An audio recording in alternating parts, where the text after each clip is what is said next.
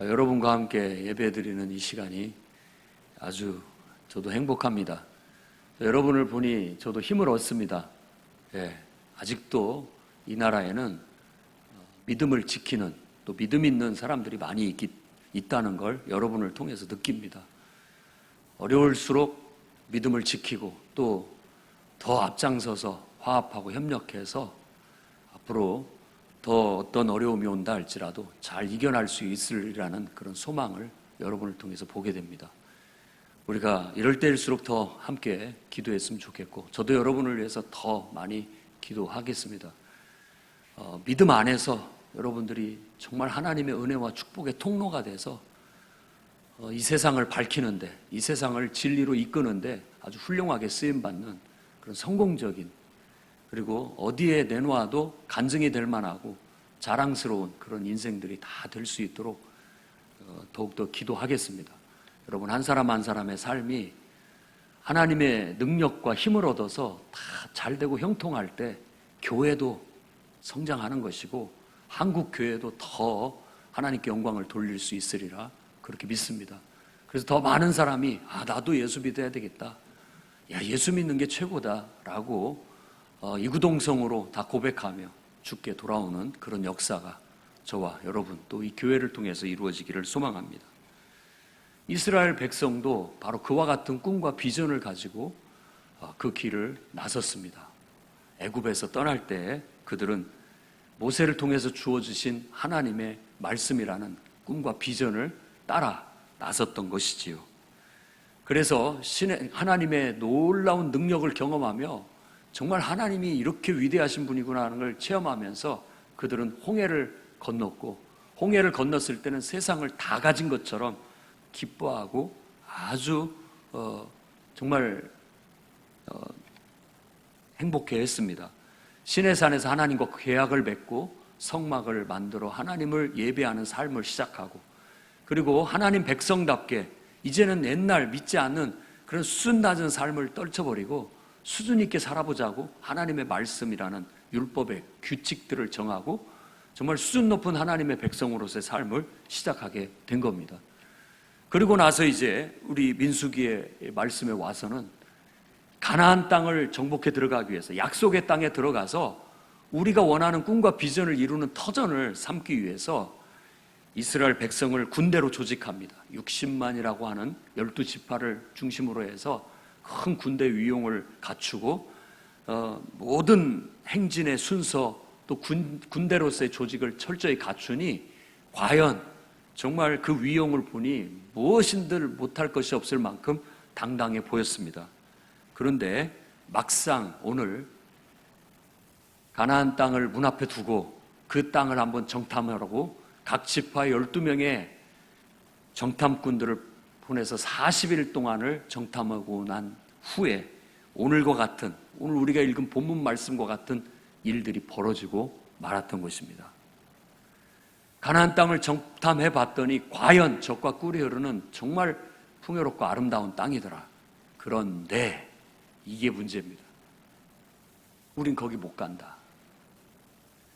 거기에는 우리보다 키골이 장대한 아낙 자손들, 네피림이라고 하는 얼마나 용맹한지 신과 같은 그런 영웅 같은 존재들을 네피림이라고 합니다. 그런 존재들이 딱 버티고 있고 그들의 성은 견고한 산성인데 우리가 어떻게 그걸 정복해 들어갈 수 있겠느냐, 못한다 라고 하면서 그 보고를 하자 백성들이 그 말을 듣고 땅바닥에 주저앉아 밤새도록 통곡하며 울면서 우리를 이곳에 끌고 온 모세와 아론을 원망하고 불평하고 나아갑니다. 그러면서 이제는 끝났다. 다시 애굽으로 돌아가자. 우리 중에 지휘관 하나를 세워가지고 그 사람 지도자로 삼아가지고 다시 돌아가 버리자. 그러면서 나가자 모세와 아론이 그 회중들 앞에 납작 엎드렸습니다. 그때 여호수아와 갈렙이 자신들의 옷을 찢으면서 아니다. 하나님께서 우리와 함께 하시고 우리가 가게 되면 그들은 우리의 밥일 뿐이다 라고 말하면서 믿음을 독려하는 내용이 나타나 있습니다. 이 말씀을 읽고 묵상하면서 저는 풍랑 가운데 풍랑을 만났던 제자들이 떠올랐습니다. 예수님이 함께 그곳에 계셨는데 그 배 안에 주무시고 계실 때 풍랑이 일어서 배가 뒤집혀 부서질 것 같은 상황이 됐을 때 그들이 두려워 예수님을 깨웁니다. 지금 우리가 죽게 되었는데 가만히 이렇게 주무시고만 계시면 어쩝니까? 라고 하자 예수님은 일어나 바다와 바람을 꾸짖으시고 잠잠케 하시면서 제자들에게도 꾸중을 하십니다. 어찌하여 이렇게 무서워하느냐? 너희가 어찌 믿음이 없느냐? 그게 마가복음에 나옵니다. 마태복음에는 어찌하여 무서워하느냐? 믿음이 작은 자들아. 어찌 믿음이 없느냐? 어찌 믿음이 작은 자들아 라고 얘기하고 누가복음에서는 제자들에게 이르시되 너희 믿음이 어디 있느냐? 라고 그렇게 묻습니다. 어려운 일이 닥쳐보면 다 믿음이 이제 드러납니다. 속에 있는 진짜 믿음이 딱 드러나는 거예요. 주님이 봤을 때 네 믿음이 어디 있느냐? 라고 말하는 건 지금 환경적인 위험 또 여러 가지 많은 막 우리를 애워싸우는 많은 어려움 앞에 정신을 잃고 자기가 믿음의 사람이라는 걸 잊어버리고 있다라는 거예요. 그 믿음을 잊지 말고 기억하라고 얘기하는 거예요. 오늘 이 시대에 오늘 우리 성도들이 가져야 할 태도도 지금 우리를 정신없이 흔들고 또 우리의 믿음을 연약하게 만드는 많은 여건 속에서 주님의 말씀을 기억하십시오. 네 믿음이 어디 있느냐? 아, 내가 믿음의 사람이지. 나는 믿음으로 사는 사람이지. 나는 믿음 안에 있는 하나님의 꿈과 비전을 향해서 나아가는 사람이지.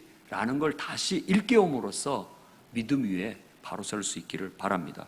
그래서 저는 오늘 이 본문의 이야기를 통해 하나님의 비전, 하나님의 약속을 성취하는 믿음에 대하여 다음과 같은 하나님의 말씀을 전하고자 합니다. 첫째는 하나님이 주신 꿈과 비전을 분명하게 하십시오.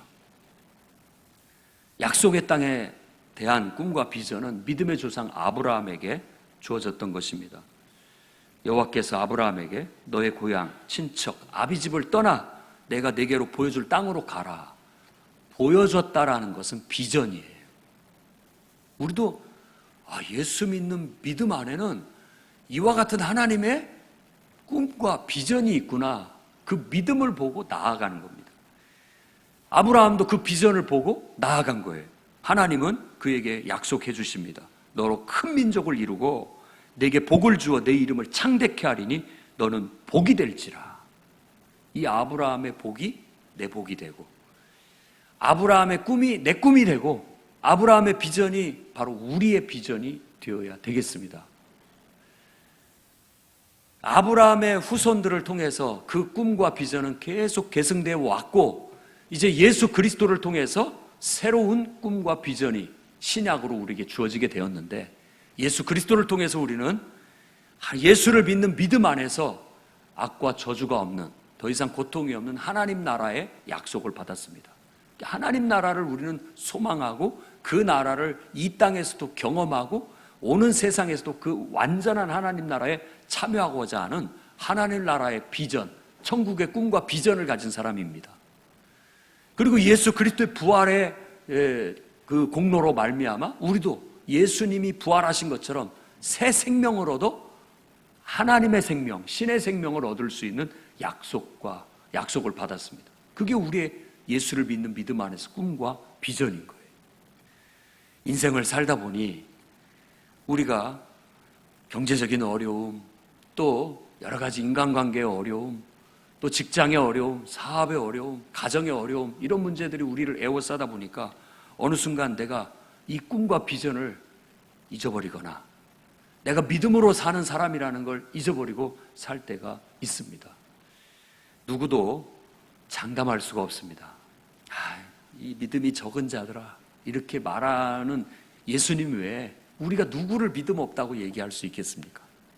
내가 만일 그 상황이 된다면 나는 그 상황에서도 믿음으로 지켜나갈 수 있을까 싶을 정도로 우리 인생은 그렇게 쉽지는 않습니다. 지금 이스라엘 백성이 자기들의 눈으로 봤을 때는 불가능한 일이에요. 가나안 땅을 점령해 들어가는 건 딱 불가능한 일입니다. 여기에서 더 이상 한 걸음도 나아갈 수 없다라고 그들은 판단하고 주저앉았던 거예요. 우리도 그 상황이 된다면 아마 10중 8구는 다 그러지 않을까 하는 생각은 해봅니다. 그러나 우리가 누굽니까? 우리는 하나님 믿는 사람이잖아요. 우리에게는 하나님이라는 백이 있고, 하나님이라는 힘이 있고, 하나님이라는 능력이 있고, 하나님이라는 가능이 있잖아요. 가능성이. 그래서 우리는 우리라고 얘기하지 않고, 나라고 얘기하지 않고, 우리는 하나님과 늘 연관시켜서 나를 정의합니다. 인간이란 하나님의 임재 안에 있을 때 인간인 것이지, 하나님이 없다면 인간은 인간이 아니다. 우리가 하나님과 하나가 연합이 되어 있을 때 나는 제대로 된 하나님이 창조한 원래 인간이고, 그 인간이야말로 그 하나님의 능력을 나라는 인격과 나의 삶의 모든 현장을 통해서 드러내는 거, 발휘해내는 거, 창조해내는 거, 그게 인간의 본분이다. 인간이 맺어야 할 열매가 있다면 그게 바로 인간이 맺어야 할 열매다라는 겁니다. 그게 바로 예수를 믿는 믿음 안에 있는 믿음의 삶인 거예요. 우리는 이 꿈과 비전을 바라보고 나온 거예요. 여러분이 그냥 예수 믿은 것 같지만 사실은 복음을 전할 때 바로 이 비전을 전하는 것이고요. 아, 나도 예수 한번 믿어볼까? 교회 한번 나가볼까? 했을 때는 나도 예수 믿는 믿음 안에서 정말 하나님 안에 있는 그 무궁무진한 가능성과 그 능력과 그 놀라운 것들을 내 인격을 통해서, 내 삶을 통해서 한번 창조해보리라, 발휘해보리라, 그래서 내 인생의 최고의 값어치를 한번 끌어내보리라 하는 꿈과 비전에 동의해서 그것을 공유하고자 여러분이 믿음의 삶에 들어선 겁니다. 그러니 오늘 아무리 어려움이 있어도 삶이 여러분들을 정말 낙심시키고 실망시킨다 할지라도 그 꿈과 비전은 잊지 맙시다. 그걸 더 분명히 합시다. 그걸 더 분명히 하면 할수록 여러분의 인생은 힘이 있어질 겁니다. 여러분의 인생은 더 가능성의 문이 열리게 될 거예요. 세상 말로 운이 따르게 될 거고요, 기회의 문이 열리게 될 겁니다. 하나님이 우리에게 약속하셨으니까 우리를 더 위대하게 만들 것이고, 우리를 복이 되게 만들 것이고, 우리가 복의 통로가 되게 하실 것이라는 사실을 우리는 조금도 의심 없이 어린아이처럼 단순하게 믿고 나아갈 수 있었으면 좋겠습니다. 우리는 풍요로운 교회에 소속하여 이 풍요로운 교회 공동체를 통해서 하나님의 꿈과 비전을 함께 공유하고 그것을 이루어 나아가야 되겠습니다. 풍요로운 교회는 복음을 전해서 사람을 일깨워 하나님의 자녀 만드는 거예요. 회복시키는 교회입니다. 여러분들이 그냥 하나님 없이 살면 잠들어 있는 것이고 죽어 있는 것입니다. 그들을 흔들어 깨워서 우리는 하나님을 그의 삶 속에 집어넣는 일을 하는 거예요. 그래서 그들이 하나님과 연합되어져서 새로운 자신을 정의하고 하나님과 연합된 자아로서 자신의 삶을 살아가게 만드는 것, 이게 우리 교회의 사명이고, 여러분들이 지금 그 비전을 받고 지금 깨어난 사람들이에요. 우리는 세상과 다릅니다. 세상 사람과 달라요. 깨어난 사람이죠. 그런 사람들은 반드시 하나님의 임재 안에서 하나님을 통해서 힘을 공급받고 지혜를 공급받고 능력을 받아서 자기의 인격과 자기의 삶의 현장에서 그걸 발휘하면서 사는 거예요. 그러기 위해서 우리는 예배를 드립니다. 예배는 바로 그 하나님의 힘을, 그 하나님의 지혜를, 하나님의 능력을 받는 시간이에요. 그러니 이 예배가 얼마나 복된 시간입니까? 그런데 이 복받을 수 있는 이 시간을 우리가 소홀히 한다면 결국 뭔가가 채워져야 뭐가가 나갈 수 있는데, 채워지지 않는데 뭐가 나타날 수 있겠습니까? 그렇기 때문에 우리는 예배를 드립니다. 예배가 우리의 삶의 모든 원동력이고 하나님의 능력이 나타날 수 있는 통로라고 믿기 때문에, 세상 사람들이 아니 억만금을 주고 예배 드리지 말라고 해도 우리는 그 돈을 거부하고 예배를 택합니다. 세상의 권력과 힘이 우리로 예배를 못하게 할지라도 차라리 나를 죽이려면 죽여라. 나는 예배를 통해서 사는 사람이다 라고 말하면서 순교의 길을 걷는 사람들이 믿음의 사람들인 것입니다. 우리가 예배를 통해서 힘을 얻고 지혜를 얻고 용기를 얻고 어떤 그걸 통해서 우리의 인격을 통해 우리의 삶의 현장을 통해 하나님이 드러나게 된다면, 하나님의 능력이 나타나게 된다면 우리는 하나님을 영화롭게 하며 내 인생의 최고의 가치를 뿜어내고 창조하며 살 수 있게 되는 겁니다. 이게 풍요로운 교회의 목회 철학이고 우리가 함께 공유하는 비전입니다. 이 교회 공동체를 통해서 함께 이 비전을 공유하고 여러분 모두가 각자의 인생에 최고의 가치를 창조하면서 살아서 하나님을 영화롭게 하고 많은 사람에게 유익을 주는 복의 통로들이 되시기를 바랍니다. 그러니 여러분의 꿈과 비전을 더욱더 또렷이해서 벽에다가도 적어놓고 날마다 그걸 외우고 늘 그걸 통해서 내가 좀 지칠 때, 낙심될 때, 힘들어질 때 다시 이렇게 세우십시오. 다시 세워가야죠. 꿈이 있어서, 비전이 있어서. 아침에 일어날 의지도 없고 꿈도 없고 그렇게 살지 마시고 아침에 눈을 벌떡 뜨고 찬물에 세수하고 힘차게 하루를 시작할 수 있는 꿈이, 비전이 또렷하게 있어야 됩니다. 그래서 나는 산다고, 나는 이 꿈을 이루기 위해, 이 비전을 이루기 위해 살아가고 있다고, 그래서 내가 하는 모든 삶의 어려움은 어려움으로 느껴지지 않는다고, 오히려 재밌다고, 오히려 행복하다고, 이렇게 할 수 있어서 기쁘다고 말할 수 있는 꿈과 비전의 사람이 되셔야 됩니다. 희미해진 여러분의 꿈과 비전을 다시 한번 주 안에서 명료하게, 분명하게 다시 각인할 수 있는 시간이 되기를 바랍니다. 두 번째는 매일 말씀을 되새기고 그걸 성취하기 위해서 기도하는 삶을 사시기 바랍니다. 스노우 복스 김승우 회장이라는 사람이 11개 국가에 1215개의 매장을 내고 4천여 명의 종업원을 두고 연매출 1조 원을 이루는 그런 엄청난 나름대로 세상에서 성공을 이루었어요. 그 사람이 하는 말이 이럽니다. 나는 매일 100번씩 100일 동안 상상하고 그것을 글로 기록하고 그것을 매일 외침으로 모든 것을 얻었습니다. 세상 사람도 하나님 믿는 사람의 방식을 이용해서 성공들을 하고 있다니까요. 이 말은 무슨 말이냐? 우리가 매일 말씀과 기도로 살아라는 말의 하나의 변형이에요. 그걸 적용하는 삶인 것이지요. 매일같이 자기 꿈을 쓰고 그걸 외치고 그걸 떠올리면서 그걸 위해서 자기 세포가 반응을 하고 자기 삶이 그것에 맞춰서 행동하고 그걸 이루다 보니까 결국은 자기 꿈이 이렇게 이루어져서 1조 원대 매출을 이루는 큰 사업 기업가가 될 수 있었다라고 말하고 있다면, 아니 이것은 원래 우리 하나님을 믿는 사람의 삶의 방식 아닙니까? 믿음으로 사는 방식이 바로 그걸 말하는 겁니다.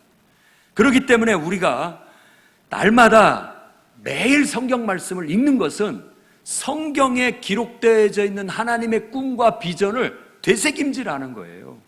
그래, 하나님을 믿는 사람은 잘 돼. 하나님을 믿고 기도하면 못할 것이 없어. 늘 그것을 기록된 말씀에서 우리에게 전달해주고 있고 우리는 그걸 되새기면서 하루하루를 나에게 힘을 불어넣으면서 하나님의 역사를 이루어야 돼. 세상 사람하고 틀린 것은 자기 자신을 위해서 성공하는 거지만 우리는 하나님의 영광을 위해서 성공하는 겁니다. 하나님의 영광을 위해서 꿈과 비전을 이루어가는 거예요. 그렇기 때문에 우리는 매일같이 게을러지지 않고 나태해지지 않고 안일해지지 않기 위해서 하나님 말씀을 하루도 빠짐없이 읽고 묵상하고 그 말씀을 노트에 기록하고 그 말씀대로 살아가려고 암기하고 그걸 내 마음에 새기면서 살아가는 사람들이 되는 거예요. 거기에다가 기도하는 겁니다. 하루도 빠짐없이 그걸 이루어달라고 기도하고 기도하면서 우리 스스로가 하나님의 꿈과 비전에 집중하고 그것을 이루려고 하나님 앞에 몸부림친다면 우리 세포도 그것에 반응하게 되고 하나님께서는 또 도와주셔서 세상의 환경과 모든 기회와 조건들까지도 다 그것에 맞게끔 하나님께서 조정해 주셔서 그 일을 이루게 하신다는 거예요. 그런 김승우 회장도 바로 그런 운을 믿고 있었던 겁니다. 노력하는 자에게 하나님께서는 거기에 맞게 반응해 주신다는 거예요. 그걸 믿었던 것이죠. 그래서 처음에는 내가 많은 노력이 필요하지만 가면 갈수록 힘이 덜 들게 된다라고 그는 얘기를 합니다. 성경에는 믿음은 바라는 것들의 실상이요 보지 못하는 것들의 증거니 선친들이 믿음의 우리의 조상들이 이로써 증거를 얻었다. 성경의 기록은 다 하나님을 믿는 믿음 안에서 그들이 꿈과 비전을 발견하고 그걸 성취하기 위해서 하나님을 찾고 의지하고 믿고 동행하였더니 하나님께서 이루어 주셨다라는 것의 증인들이라는 거예요. 증언들이라는 겁니다. 그러니 우리가 그걸 읽으면서 우리가 그 정신을 되새기고 우리도 하나님의 꿈과 비전을 이 믿음 안에서 성취해 나갈 수 있도록 마음에 새기고 그걸 매일 반복하고 또 반복하고 기도하다 보면 어느새 그것은 우리 앞에 그 모든 바라는 것들이 실상이 되어 나타나게 될 거라는 겁니다. 그러니 믿음으로 사는 법을 배웁시다. 하루라도 빼짐없이 여러분들이 지금 이 이스라엘 백성들처럼 땅에 주저앉아 꿈도 비전도 다 잃어버리고 이제는 끝장이다 라고 하면서 옛날로 돌아가자 라고 주저앉아 있는 그런 일이 없기 위해서는 매일 말씀을 되새겨서 자꾸만 꿈과 비전을 불어넣어야 됩니다. 하나님의 믿음을 이렇게 세워야 되는 거예요. 기도를 통해서 자꾸만 세상을 보면 위축되고 세상을 보면 나약해지고 불안해지고 두려워지고 하는 마음들을 기도로 자꾸 밀어내서 이겨나가야 되는 거예요. 이겨나가셔야 됩니다. 그렇기 위해서 우리는 매일 말씀과 기도의 삶을 놓쳐서는 안 되겠어요. 특히나 평상시 순풍에 돛달듯이 잘 나가고 있을 때는 그나마 다행이지만 어려울 때일수록 더 우리는 의식적으로 의도적으로 하나님 말씀을 찾아야 되고 의식적으로 의도적으로 나를 쳐서 복종시켜서라도 기도를 하셔야 됩니다.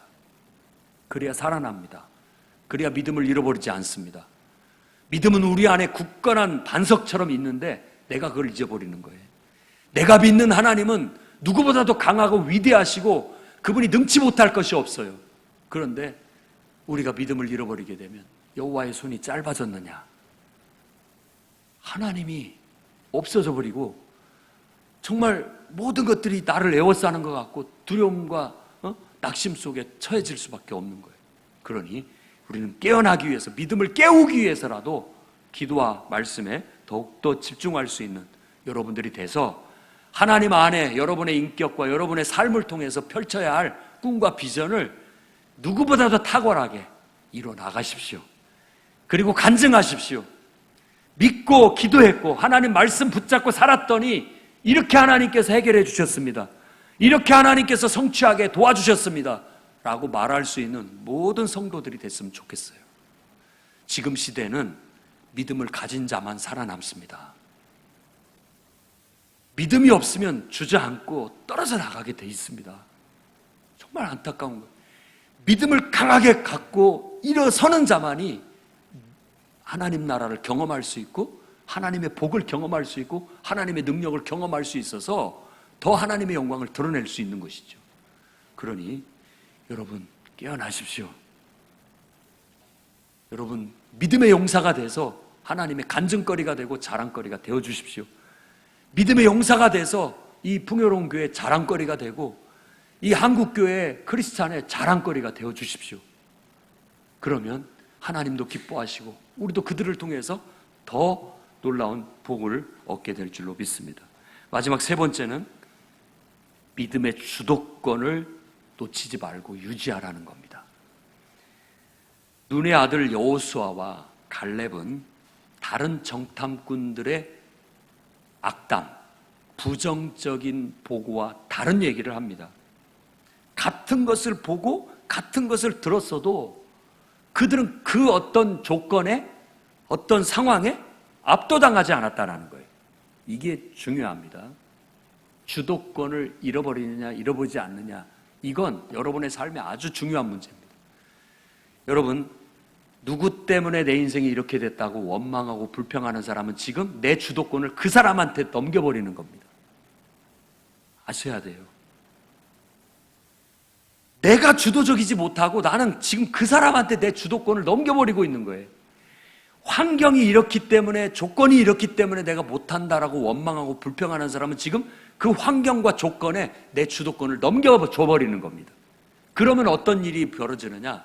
나는 이제 그 환경, 그 사람에게 계속 휘둘리면서 끌려다닐 수밖에 없게 되는 거예요. 게임도 주도권을 상대팀에 넘기면 상대팀한테 계속 끌려다니고 휘둘립니다. 자기 게임을 해야 되는 것처럼 우리는 오직 하나님을 믿는 믿음이라는 그것을 통해서 하나님을 통해서 나의 주도적인 삶을 사는 거예요. 그걸 믿음의 주도권이라고 말합니다. 여호수아와 갈렙은 그 주도권을 넘겨주지 않았습니다. 무슨 소리냐? 올라가자. 우린 능히 이긴다. 하나님께서 명하셨고 하나님이 함께 하신데 뭘 걱정하느냐? 두려워할 것 없다. 그들은 우리의 밥이다. 이게 바로 주도권을, 믿음의 주도권을 가진 사람의 외침입니다. 그러나 주도권을 넘겨준 사람은 그들은 안악자손이요 네피림의 후손이요 그들 앞에 우리는 메뚜기 마냥. 여러분, 세상이 거인처럼 보입니까? 코로나19가 거인처럼 보이고 교회나 나는 메뚜기처럼 보입니까? 지금 믿음의 주도권이 넘어갔기 때문에 그렇습니다. 믿음의 주도권을 가지면 오히려 세상을 메뚜기로 볼 수 있고 나를 믿음의 거인으로 느낄 수 있습니다.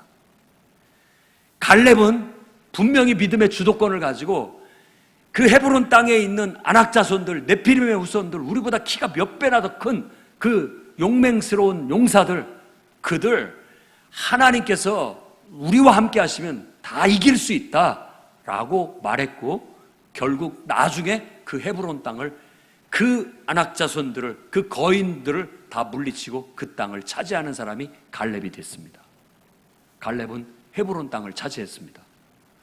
그 후에도 골리앗을 쓰러뜨린 다윗 왕, 생각해 보십시오. 모든 이스라엘 백성들이 골리앗 앞에 자기를 메뚜기로 보고 있을 때 믿음의 주도권을 가진 다윗 왕은 오히려 저 할례받지 않은 이방인이 어찌 하나님을 욕하는 걸 그냥 보고 있느냐라고 하면서 물맷돌을 들고 나아가 그를 단방에 쓰러뜨려 버렸던 것입니다. 여러분은 메뚜기입니까? 믿음의 거인입니까? 우리가 믿음의 거인이 되면 세상은 우리 앞에 메뚜기처럼 보일 겁니다. 골리앗도 메뚜기처럼 보일 겁니다. 코로나19도 메뚜기처럼 보일 겁니다. 세상이 교회를 방해하는 것도, 사탄이 교회를 방해하는 것도 메뚜기처럼 보이는 겁니다. 그러면 우리는 이길 수 있습니다. 하나님 나라는 믿음으로 가는 나라입니다. 믿음이 없으면 꽝이에요. 아무리 60만 대군 꽝입니다. 민수기가 숫자를 얘기하는 책이에요. 그래서 민수기입니다. 60만의 숫자, 그 앞에서 믿음이 없으니까 완전히 메뚜기처럼 주저앉아 버렸잖아요. 하지만 단 몇 명이라 할지라도 믿음의 용사가 있다면 능히 이길 수 있다는 걸 우리는 알아야 되겠습니다. 내 안에 믿음만 있으면 일당백의 능력을 발휘할 수 있고 어떤 역사를 일으킬 수 있는 겁니다. 이 시대는 하나님께서 정금 같은 믿음을 하나님께서 연단해 내시려고 이와 같은 어려움을 주셨는지 모르겠습니다. 우리는 우리 안에 믿음이 있다는 걸 다시 자각하고 그 믿음을 도끼날을 갈듯이 갈고 닦아야 되겠습니다. 믿음이 없이 아무리 내리친들 무슨 효과가 있겠습니까? 도끼날을 가르십시오. 믿음을 아주 날카롭게 세우십시오. 그러면 단 한 방에 거목도 쓰러질 겁니다. 거인도 쓰러질 겁니다. 우리는 믿음의 사람입니다. 교회는 믿음으로 세우는 나라입니다. 공동체입니다. 하나님 나라도 믿음으로 가는 나라입니다. 오늘 믿음의 굳건한 토대 위에 여러분이 서서 당당하게 하나님의 자녀처럼 믿음의 용사들이 되어 성취하고 또 성취해 나가는 그런 놀라운 주의 쓰임받는 일꾼들 되시기를 주의 이름으로 축원합니다. 기도하겠습니다. 자,